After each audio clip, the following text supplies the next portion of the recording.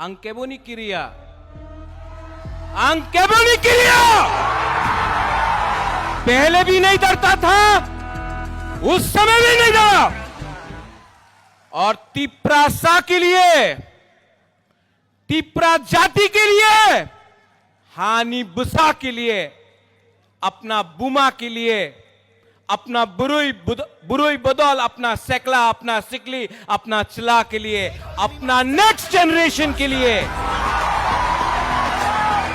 बुबाग्रा तिप्रा मोथा हमेशा आवाज उठाएगा, कॉम्प्रोमाइज नहीं करेगा।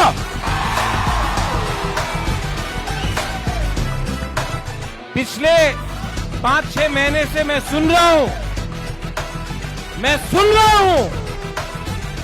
बुबाग्रा तो हार गया, बुबाग्रा कॉम्प्रोमाइज